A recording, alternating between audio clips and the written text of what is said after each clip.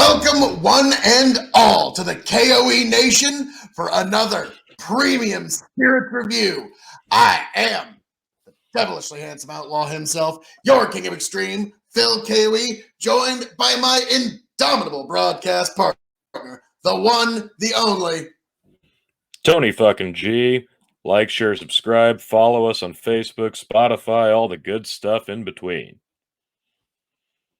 Yes. This is one I've been looking forward to for some time, Tony, and that is Blanton'S Bourbon. Blanton is a famous bourbon, Kentucky straight bourbon, the original single barrel. Colonel Albert Blanton would actually have these single barrels from, it was Warehouse H, that he would use for when guests would come over as a special entertainment drink. Yes, there it is. Blanton's, the original single barrel bourbon. Always stored in Warehouse H. This particular bottle that you and I will be social distance sampling is from Rick number 51. Clearly the best Rick. Barrel number 450. Obviously the best barrel. I mean, who could deny? And bottled by hand at 93 proof. This 46.5% alcohol by volume. This is also was just a personal story. This is one of my grandmother's favorite bourbons. So she very rarely cared what kind of bourbon she ordered, but if they happen to have Blanton's, she definitely wanted to try some. So you've got a bit of a history with this one. Yes, I do have a considerable history with Blanton's bourbon. Even though I haven't drank a lot, it's just a family history, if you will. So I'm very carefully removing the lid from the sampler bottle you sent to me.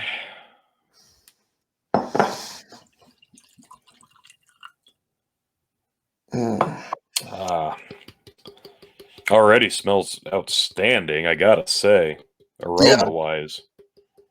And I didn't even get my nose in there yet. Caramel and vanilla. Oh, wow. Oh, yeah.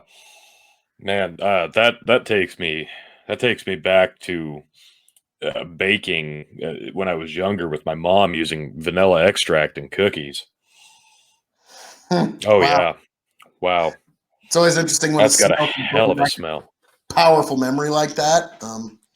Yeah, these top shelf spirits all have such unique scents and aromas to them, and the ones that are hidden in there and the ones that are sometimes overwhelming trigger such fond memories most of the time. But this is a very pleasant aroma, and it's not boozy. What did you say the ABV was? 46.5 ABV, okay. 93 proof. Very actually pretty high up there, but so it's fairly high, but it does not smell boozy. Yeah. Any sense you're picking up, sir? To be fair, I did spend a lot of time in some grain dust today, so my nose is a little desensitized. But that vanilla is very overwhelming. But I'm getting the caramel's almost like a salty caramel. Like there's a bit of salt hint to it almost. Oh, sure. Yeah. I could smell that. Yep.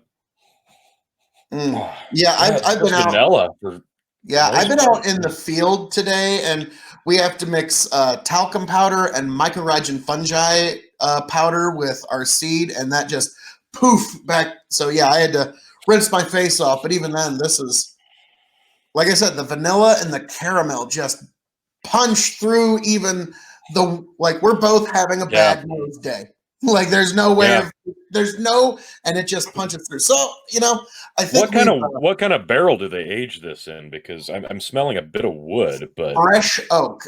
In order for it to be labeled bourbon, it has to meet a couple of specific metrics. It has to be made in America, has to be at least 51% corn. Usually most bourbon mash builds have much more, like 70, 75, some cases 80%.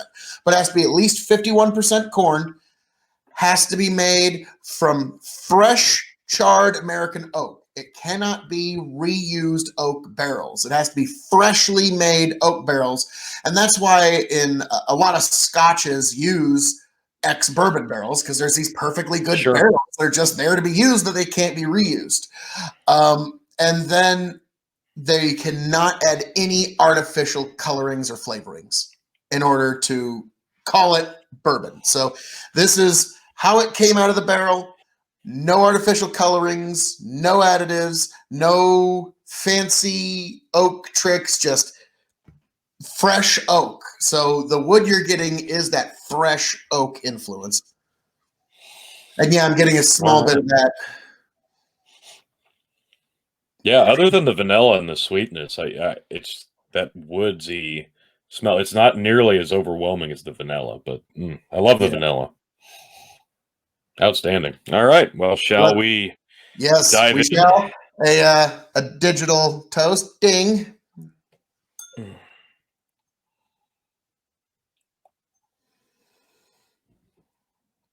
Mm. Oh, wow.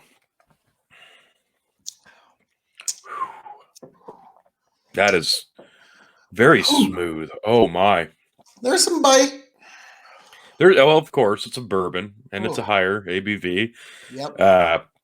There is a bite, but for being 93 proof, it's not overwhelming.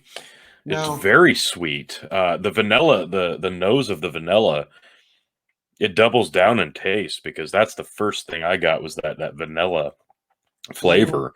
Then once it settles on your tongue in the back of your throat, you get a that caramel sweetness and a bunch of spices mixed in The between. saltiness on the nose turns into spiciness on the tongue, I would say. Hmm. And yeah, there is some serious spice that's influenced by that fresh Oh oak. yeah, cinnamon and spice. I'm really enjoying the spiciness to this one. It's not a fiery spice by any means. It's a very sweet spice. I'm pretty impressed overall with the taste of this. That's a very unique bourbon achievement to be that strong and not smell that strong and not have that much bite. That's a very well crafted liquor. Yeah. This is fine Mm. stuff. You can see why my grandmother was quite fond of it.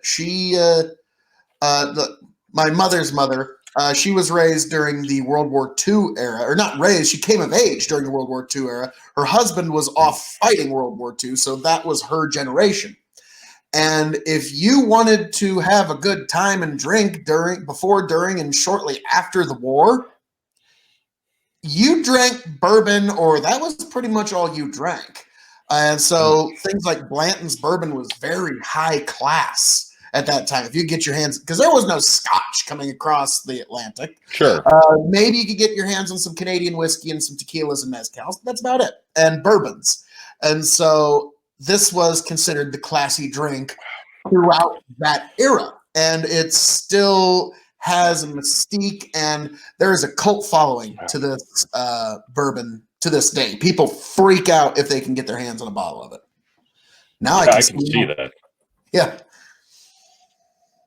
So Oh yeah. Tony, we gotta go down our ratings here. Okay. Where do we begin? Where do we want to start? We What have metric? 4 scales, 5-star scales, as a bourbon, as a whiskey, as a brown spirit, and then shelving.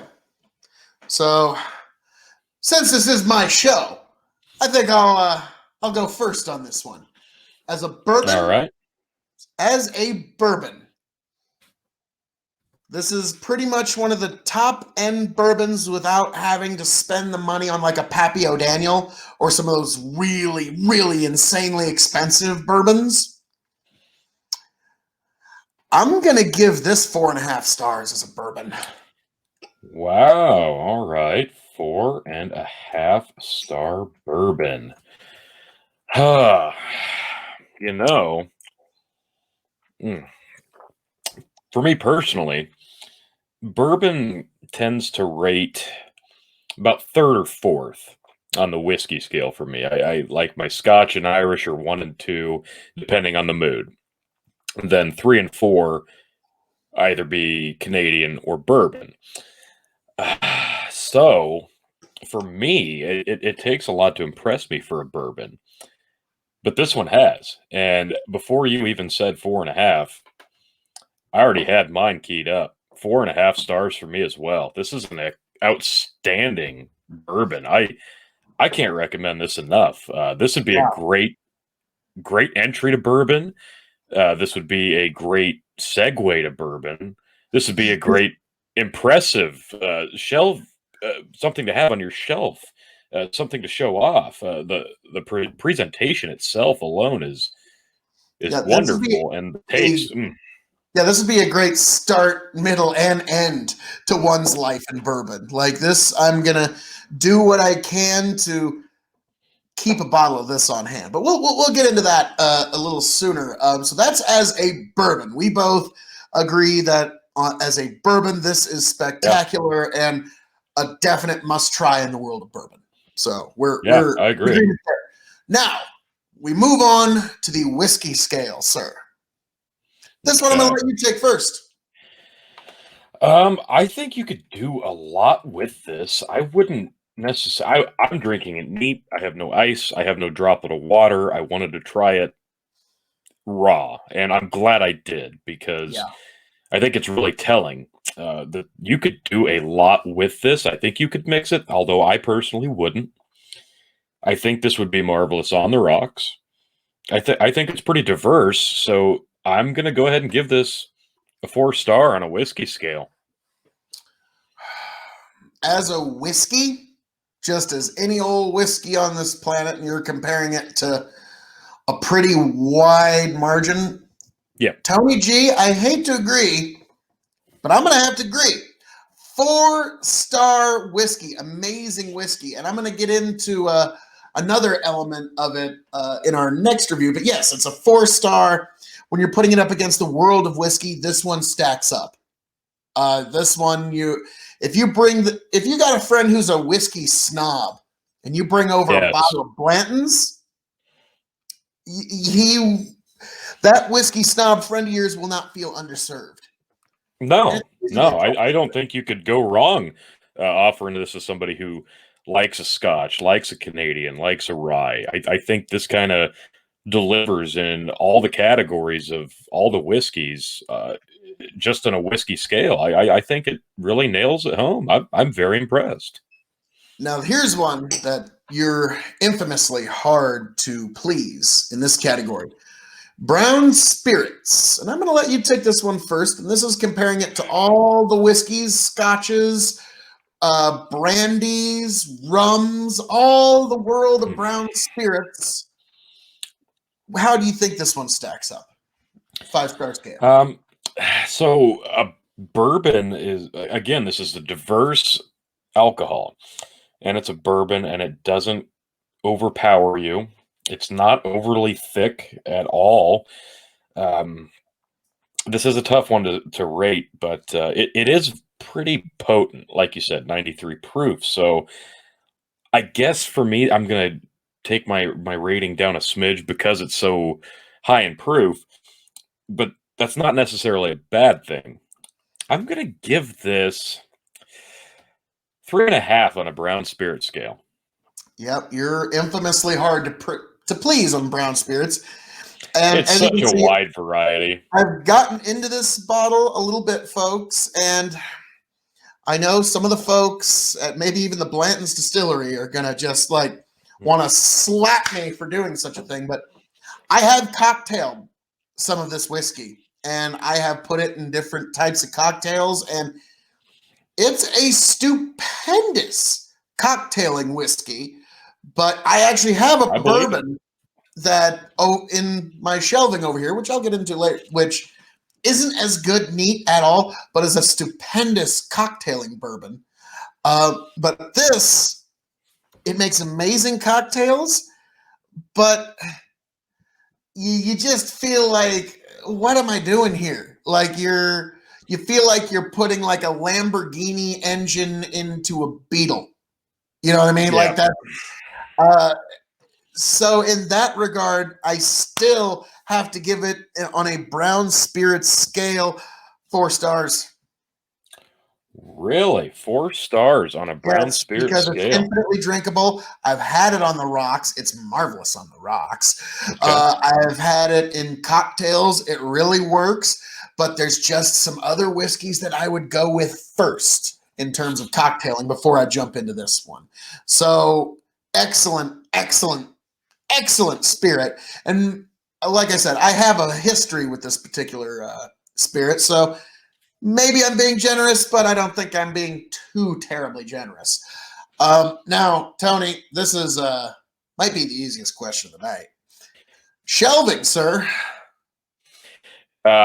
As you can see behind me, I try to keep a pretty impressive lineup on my top shelf, and it pretty much only resides to have something that came in a box and has a respected name and has a marvelous taste and costs a good chunk of cash because that's what the top shelf is for. What is the retail value on a bottle of Blanton's, Phil? This actually costs about $66. I've seen them go from $59 to about $70. Okay, so price wise, some might consider this bit on the lower end of the price scale if you're looking for a top shelf alcohol. Me personally, that doesn't bother me a bit when it's this good. Good is Uh, good is good, regardless of price point. exactly. And for me, I would absolutely put this on my top shelf, and that's saying something because I have no bourbon on my top shelf right now. Yeah, like you said, for you it goes Scotch, then Irish whiskey, then probably Canadians and ryes, and then bourbons. I would So put bourbon above rye. okay, but yeah, bourbon takes a lot to impress you, and for me personally, it goes probably Scotch, then Canadian, then bourbon, and then Irish whiskey with a select few exceptions. There are some exceptions in the Irish whiskey world that are phenomenal that are way past their type. But in term, bourbon is again. I'm a corn farmer, and you have to use at least 51% corn. So yeah, hey, you want to support your local corn farmer, perhaps pick up a bottle of bourbon. Yes, that's another thing. Like support your local industries. It supports American industries. Maybe it might be also why I like Dalmore because they use ex-bourbon casks. So in a way, you're at least kind of, sort of, still supporting American industry. But for this particular this spirit, yes, this has an amazing reputation. It's been going continually for decades, and it's a Kentucky Derby classic. It's one that I'm sure gets made into quite a few mint juleps. Oh, I'm sure. So, shelving wise, I assume this is safe to say. I have 2 bottles of this that are, strangely enough, both from Barrel 450. The other one is sitting on my top shelf right now. So There you this have it. one, on the other hand, this one sits in a drawer right here at the bar for easy reaching. Because That's a solid endorsement. this is going forward. If I can find it and source it, will, I suspect, unless we're diving deep into the world of bourbon, Tony G. Unless I can find something else out there, this is, and for all intents and purposes, the go-to bourbon of Castle K.O.E. There you So have it, folks. that's as you said, that's about as solid an endorsement as one can give a beverage. So, as I'm known to say around here, Tony, but before I do, any last thoughts you'd like to add to this marvelous spirit? I'm I'm really just sad that I only got one small sampler bottle of this because this is outstanding. Definitely my new favorite bourbon until, like you said, you find something better to replace it atop that mountain for me. Excellent get, excellent alcohol. very, very impressed. I look forward to sampling it very, very soon. Yes, we'll be doing a second take of this in the future, folks. But as I am known to say around here, all that being said, folks, this has been our premium spirits review of Blanton's Single Barrel Bourbon, one of the finest bourbons on God's green earth. Folks, thank you for joining us. KOE Nation YouTube page, like, share, subscribe, spread the word, spread the love. Folks, I am your King of Extreme, Phil K.O.E., the man of the hour, the man with the power, the man who makes the other podcasts cower. Signing off, handing it off to my indomitable broadcast partner. Tony G, thanks for joining us. We'll see you next time.